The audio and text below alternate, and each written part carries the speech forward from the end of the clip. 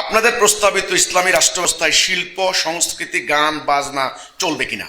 আমরা কিন্তু আমাদের প্রস্তাবিত রাষ্ট্র ব্যবস্থায় এটা তুলে ধরেছি। আমরা বলেছি যে শিল্প, সংস্কৃতি, সাহিত্য ছাড়া কোনো সভ্যতা চলে না, অতীতে কোনো সভ্যতা চলে নাই। এখন সংস্কৃতি কি?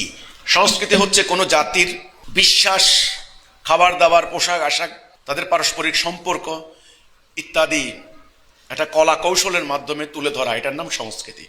সেটা আর্ট হতে পারে, নৃত্য হতে পারে, গান হতে পারে, সেটা সাহিত্য হতে পারে, সিনেমা নাটক হতে পারে, এগুলো হতে পারে। নিষিদ্ধ আর সিদ্ধ এই দুইয়ের মধ্যে মানদণ্ড হবে আল্লাহর হুকুম। যেটা অশ্লীল, অন্যায্য, অহেতুক, মানুষের ক্ষতি করে, সেগুলো সবই নিষিদ্ধ, পরিত্যাজ্য। আর যেটা মানুষের কল্যাণকর, মানুষের মধ্যে ঐক্য, ভ্রাতৃত্ব, রুহামা সৃষ্টি করে, মানবতাবাদ শিক্ষা দেয়, মানুষের কল্যাণমূলক উদ্বুদ্ধ করে কাজে, সেগুলা নিষিদ্ধ নয়।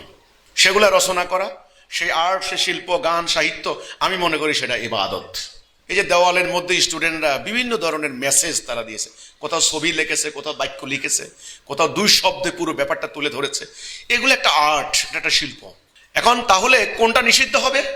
যে সমস্ত শিল্প, কলা, নাটক, গান, চলচ্চিত্র, অভিনয় ইত্যাদির মাধ্যমে, আর্টের মাধ্যমে মানুষের জন্য ক্ষতিকর, মানুষের সমাজে বর্ণবাদ, বৈষম্য ইত্যাদি সৃষ্টি করা হচ্ছে, জুলুমের জন্ম দিচ্ছে, আল্লাহ নাফরমানি করছে, সেগুলি পরিত্যাজ্য, নিষিদ্ধ।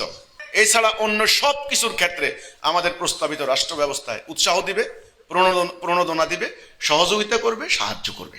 এবং আমরা এই ধরনের ব্যক্তিবর্গকে আমরা সম্মানিত করব, পুরস্কৃত করব জাতি এবং আন্তর্জাতিক অঙ্গনে। তাহলে শিল্প, সাহিত্য, সংস্কৃতির ক্ষেত্রে আমাদের প্রস্তাবনা স্পষ্টত, সেটা হলো আল্লাহ দেওয়া মানদণ্ড অনুসরণ করেই আমরা এই রূপরেখা দাঁড় করিয়েছি।